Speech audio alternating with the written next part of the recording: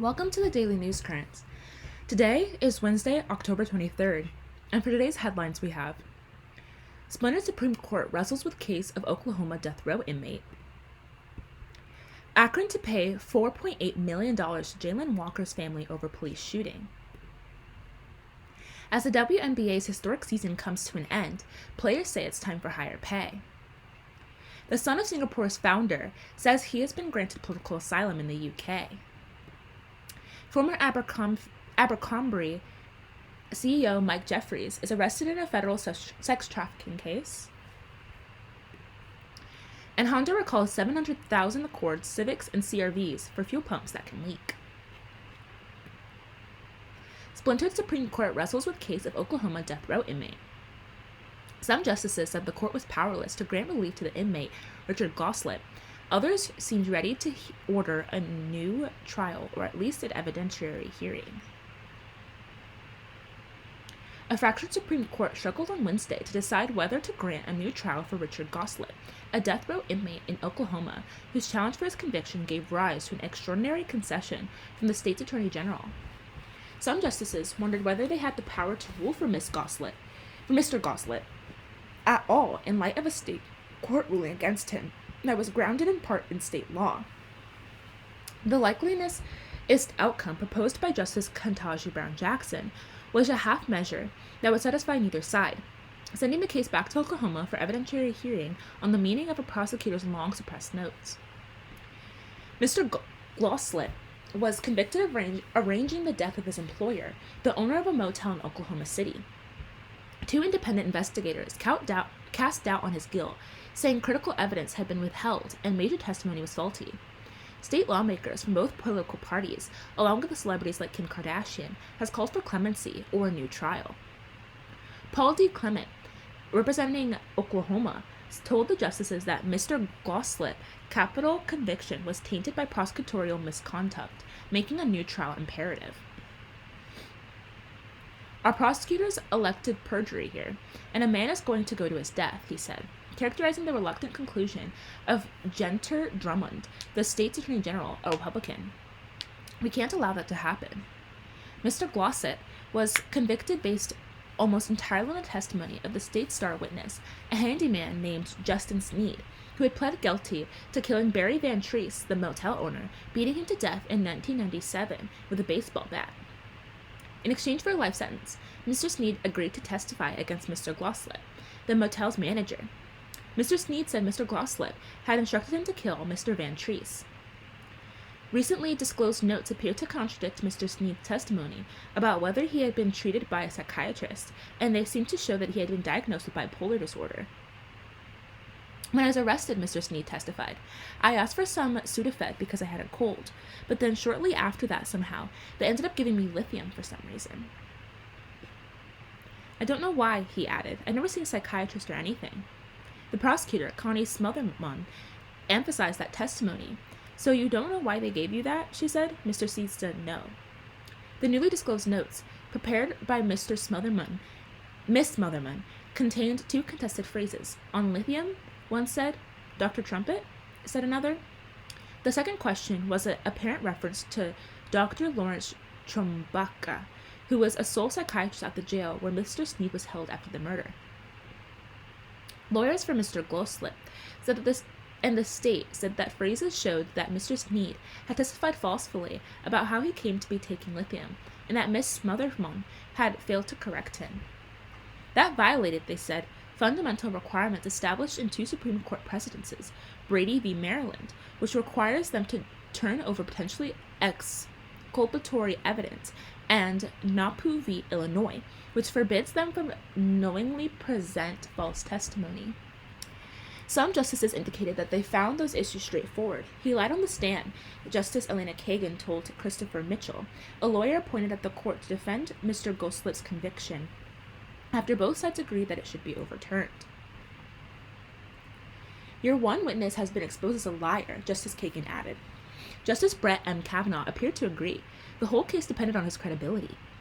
On the other hand, Justice Samuel A. Alito Jr. called the notes cryptic, telling Seth P. Waxman, the lawyer for Mr. Goslett, that you read a lot into them.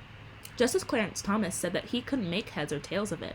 Justice Amy Coney Barrett added that there are multiple plausible interpretations of the notes. Justice Thomas said that Mr. Smotherman and a colleague should have been given a fuller opportunity to interpret the notes and related documents. Chief Justice John J. Roberts Jr. said that even Miss Goldslip's interpretation of the notes added little to the case, as it had long been known that Mr. Sneed had been prescribed lithium by someone. At best, he said, the notes merely established that the someone was a psychiatrist. Do you really think it would make that much of a difference to the jury? The Chief Justice asked. Justice Sonia Sotomayor responded that the new information was important, as it indicated that Mr. Sneed was mentally ill. The issue wasn't about him taking lithium, she said. The issue was about why he was taking the lithium. The notes figured in Mr. Drummond's decision to support Mr. Goslip's bid for a new trial, but the Oklahoma Court of Criminal Appeals, the state's highest court for criminal matters, unanimously rejected his confession of error. Much of the argument concerned whether the Supreme Court could review that decision, a question that turned on whether it had rested on an independent and adequate state ground. The justices spent considerable time quoting from and trying to make sense of the state's court decision, with little apparent success. I have read it dozens of times, but I'm still not sure what each paragraph is doing exactly, What or where or why, Justice Kagan said. Mr. Goslip's case was the subject of an earlier Supreme Court appeal, one that yielded a landmark 2015 decision in which the court, by a 5-4 vote, endorsed executing condemned inmates with a combination of chemicals that the dissenters said would leave them exposed to what may well be the chemical equivalent of being burned at the stake. The new case, Goslip v. Oklahoma, was heard by an 8-member court. Justice Neil M. Gorsuch, who has heard an aspect of the case as an appeals court judge, was recused from it. Akron to pay $4.8 million to Jayland Walker's family over police shooting. The family of Jayland Walker, a black man killed while 8 police officers fired 94 bullets at him after he shot at least one round out of his car window, will receive a $4.8 million settlement from the city of Akron, the mayor's office said Monday. A grand jury declined to indict the officers last year, but Walker's family accused the officers in a federal lawsuit of using excessive force and participating in a culture of violence and racism, which Akron's police department. That began as a traffic stop on June 27, 2022, ended when Mr. Walker was shot 46 times in a haul of gunfire that upended the city with protests and heightened tensions with police. The investigators said police tried to stop Walker and then gave chase after seeing him driving with a broken taillight and a broken light on his rear license plate. Police said Walker refused to stop and then fired a shot from his car before fleeing on foot. The city's announcement of the settlement says talks continue with Walker's family and the wider community on changing police procedures. The vehicle pursuit policy has been changed so that officers are not allowed to chase vehicles just for equipment violations. The family's lawyers said they would discuss the settlement once the court process is over.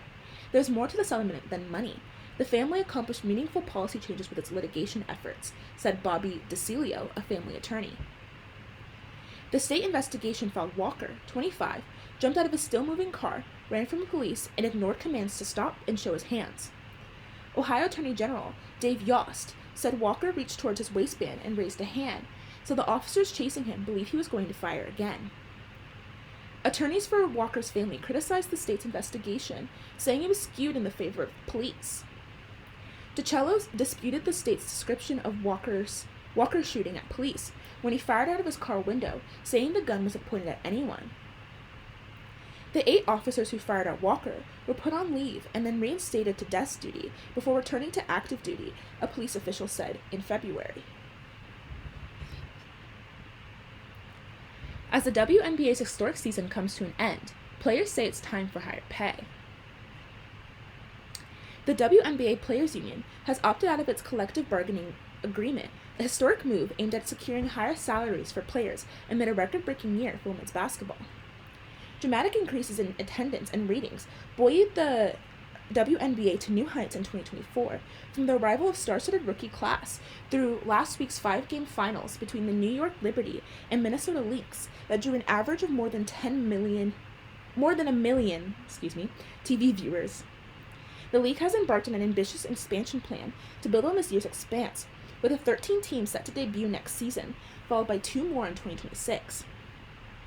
The new media's rights agreement reached this summer has multiplied the league's TV revenue for years to come. But salaries have yet to reflect that success, union leaders say. The current union agreement provides a rookie minimum salary of $64,154 to veteran supermax of $241,984. Many players spend the WNBA offseason playing in international leagues to supplement their income. If we stay in the current agreement, we fall behind, said Seattle Storm forward Nneka Onwueki, the president of the BPA and a 9-time All-Star. Opting out isn't just about bigger paychecks. It's about claiming our rightful share of the business we built, improving working conditions, and securing a future where the success we create benefits today's players and generations to come, she said in a press release announcing the decision. The opt-out allows for the current agreement to remain in place throughout the 2025 season. If the league and players are unable to reach a new deal within the year, a work stoppage could begin after next year's season comes to a close. With the historic 2024 WNBA season now in the books, we look forward to working together with the players and the WNBPA on new CBA that is fair and for all and lays the foundation for growth and success for years to come, the WNBA Commissioner Kathy Engelberg said in a brief statement. The union said it would also pursue improvements to other benefits, including minimum professional standards for team facilities and travel, an expansion of the league's retirement plan, and greater family planning support. We realize the true value of the players, and we no longer want to be put in a position of having to choose between better play and other improvements like travel or faculties, said Satao Salbali, a Dallas Wings forward who serves as a co-chair in the Union CBA's committee. The 2024 season marked the first year the league provided charter travel for most teams. The WNBA media rights deal is negotiated as a package with the NBA collectively. The 11-year agreement, reached in July, is worth $76 billion. Of that total, 3%, or about $200 million per year, is reserved for the WNBA. The rights deal allows that percentage to be revisited in 3 years should the WNBA's popularity continue to grow. The son of Singapore founder says he's been granted political asylum in the UK. Lee Hsien Yang, the estranged brother of former Singapore Prime Minister Lee Hsien Loong, said Tuesday that he is now a political refugee as the UK government granted him asylum for what he described as persecution at home. The Lee brothers are sons of Lee Kuan Yew, modern Singapore's founding father. They have been engaged in the public spat since 2017 over the late patriarch's family home, and Lee Hsien Yang has accused Singapore's government of persecuting him, his wife, and son. In a Facebook post Tuesday, he said that he sought asylum protection in 2022 as a last resort. The Singapore government's attacks against me are on the public record. They prosecuted my son, brought disciplinary proceedings against my wife, and launched a bogus police investigation that has dragged on for years. On the basis of these facts, the UK determined that I face a well-founded risk of persecution and cannot safely return to Singapore. I remain a Singapore citizen and hope that someday it will be safe to return home. The Guardian published an interview with Lee Hsien Yang on Tuesday, in which he strongly criticized the Singapore government and alleged it facilitated money laundering. People need to look towards Singapore's bold, false assertions and see what the reality really is like, he quoted as saying, "There is a need for the world to look more closely, to see Singapore's role as that key facilitator for arms trades, for dirty money, for drug monies, crypto money." The Singapore government said in a statement, there was no basis for the allegations in the Guardian's report. The city-state has a robust system to deter and tackle money laundering and other illicit financial flows, which is consistent with international standards, it said. In Singapore, no one is above the law. Anyone, including the offspring of founding Prime Minister, Mr. Lee Kuan Yew, can be investigated and brought before the courts, it added. Li Hyson Yang and his sister, Li Wei Ling, who died earlier this month, accused their eldest brother of abusing his power to stop them from demolishing the family home, according to the wishes of their father, who died in 2015 after leading Singapore with an iron grip for more than 3 decades. The family feud saw Li Hyson Yang and his wife entangled in official investigations over allegations that the pair provided false evidence in judicial proceedings regarding Lee Kuan Yew's will. Li Hyson Long stepped down in May after 2 decades at the helm. He handed power to his deputy, Lawrence Wong, but still holds a cabinet post as senior minister. The UK Home Office didn't immediately comment when asked about Li Hyson Yang's asylum status. Former Abercrombie CEO Mike Jeffries is arrested in a federal sex trafficking case. Mike Jeffries, who led Abercrombie & Fitch Co. for more than 20 years, is under arrest as part of a federal investigation into a sex trafficking and interstate prostitution case. His arrest comes 1 year after bombshell allegations emerged in which 8 men accused Jeffries and his inner circle of sexually exploiting them at lavish parties around the world. The case is being handled by the U.S. Attorney for the Eastern District of New York, which will hold a news conference at noon Eastern, along with the FBI and the New York Police Department Special Victims Unit. Jeffries, who abruptly resigned from Abercrombie 10 years ago, was placed under arrest in West Palm Beach, Florida, where he'll make an initial court appearance on Tuesday. He will later be brought to New York for an arraignment. Also under arrest in the case, Matthew Smith, Jeffries' longtime partner, who allegedly attended the parties with Jeffries, and James Jacobson, who allegedly recruited victims and acted as a middleman for arranging sex events. Several of the men who have made allegations against Jeffries were male models, as NPR reported last October. They described a dynamic in which money and the potential to gain a legitimate job were used as leverage to get them to perform sex acts at events, and then Jeffries' then home in the Hamptons. The experience, I think it broke me when men told BBC, which first reported the allegations. I think that this stole any ounce of innocence that I had left. I mentally messed up. It mentally messed me up. But with the language I have now today, I can sit here and tell you that I was taken advantage of. During his long tenure at A&F, Jeffries took the clothing brand to new heights, but he also was the center of several controversies.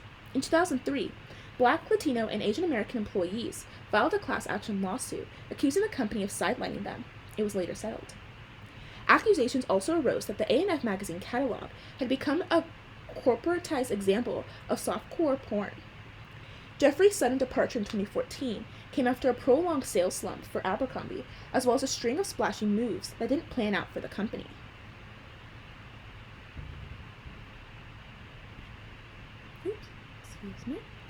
Honda recalls 700,000 Accords, Civics, and CR-Vs for fuel pumps that can leak. Honda is recalling more than 700,000 vehicles because the high-pressure fuel pump may crack and leak fuel, which could increase the risk of fire. It is the second major call this month at Honda, after 17 million vehicles were found to have potential steering issues in early October. The recall includes the Accord and Accord Hybrid 2023-2024, the Civic and Civic Hybrid 2025, and the CR-V Hybrid 2023 to 2025. Honda said that it had 145 warranty claims and no reports of injuries or deaths related to the issue from February 2023 through September 2024. The automaker said that dealers will inspect and replace the high-pressure fuel pump as necessary and for free. The owner notification letters are expected to be mailed December 4th. Owners may contact Honda's customer service at this number. And that is all for today. Thank you so much for listening. Goodbye!